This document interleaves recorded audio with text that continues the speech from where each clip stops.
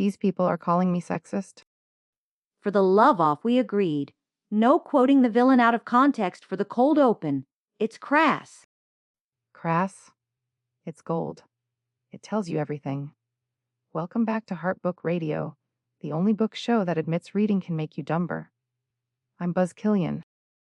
And I'm Dr. Eleanor Vance.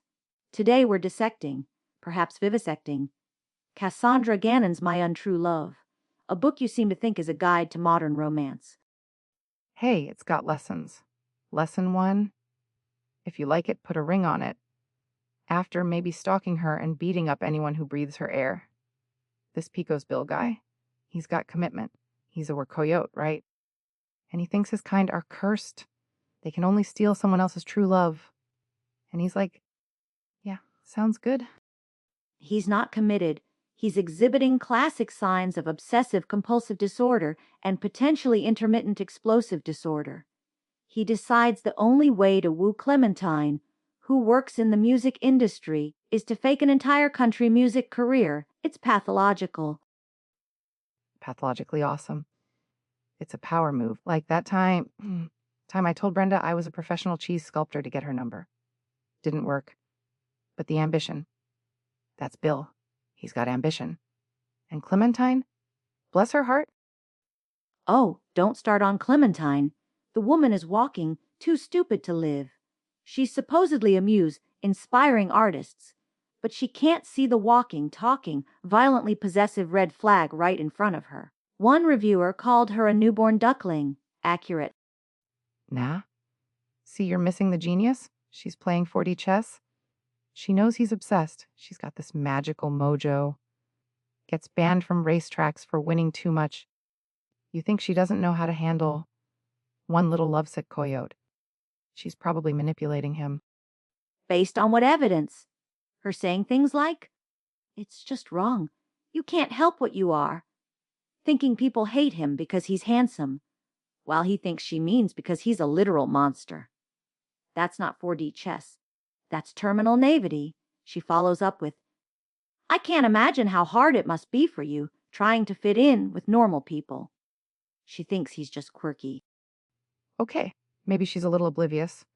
But Bill, this guy apparently spent 10 months removing every threatening or irritating man from Clementine's life.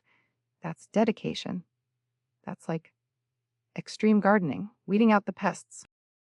He's not gardening. He's committing aggravated assault. He's a stalker.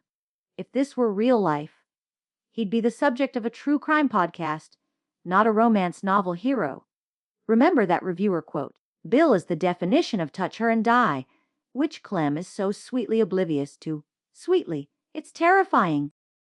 Terrifyingly romantic. It's like Beauty and the Beast if the Beast had better hair and access to firearms. Or maybe Yellowstone meets Nashville. Look, readers love it. They are swooning. They call him hinged. Like it's a compliment. That doesn't make it good. It makes it concerning. What does that say about us? And don't get me started on the villain Johnny. The sexism is cartoonish until it suddenly isn't. There's an attempted assault scene that felt jarringly dark compared to the otherwise absurd tone. Yeah, Johnny's a scumbag. Total creep. But Bill deals with him. Problem solved. C. Effective. Unlike some people who just write strongly worded letters. And the plot itself, it has moments of comedic brilliance, like that scene where they're having two completely different conversations about why people hate Bill. But then there are these tacked on subplots, his dad, a kitchen fire. It felt rushed. Who cares about subplots when the main plot is pure gold? He hangs their wedding picture the day they get married. Like a psycho? It's hilarious. And Clem getting banned from the racetrack? Iconic? You find potential felonies hilarious. This is why we argued about Wuthering Heights. You thought Heathcliff digging up Kathy was just passionate grieving. He missed her. What's wrong with that?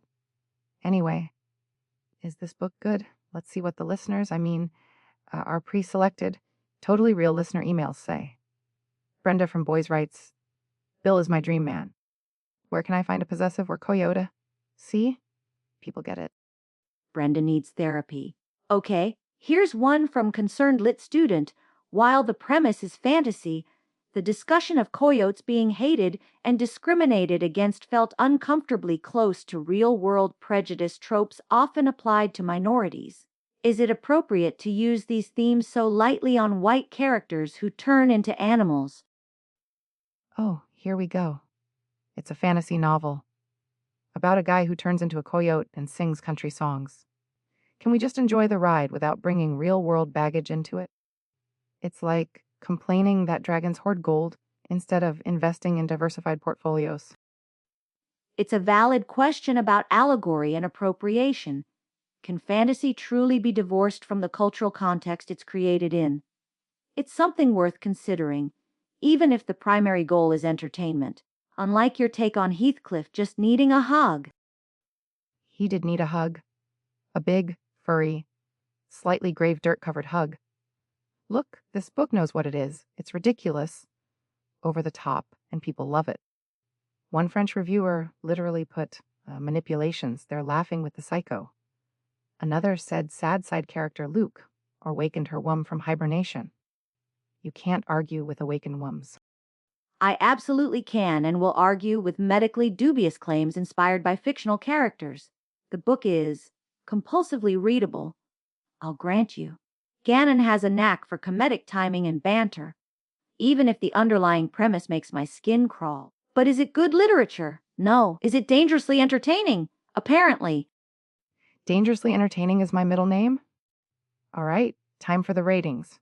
The official her.Book radio scale. What are we using today?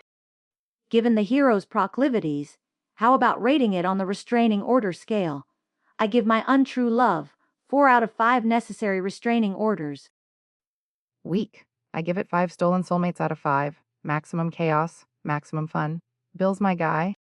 Of course he is. All right, folks. That's all the time we have for today's descent into literary madness. Tune in next week when we tackle, Gary the Sentient Filing Cabinet Finds Love.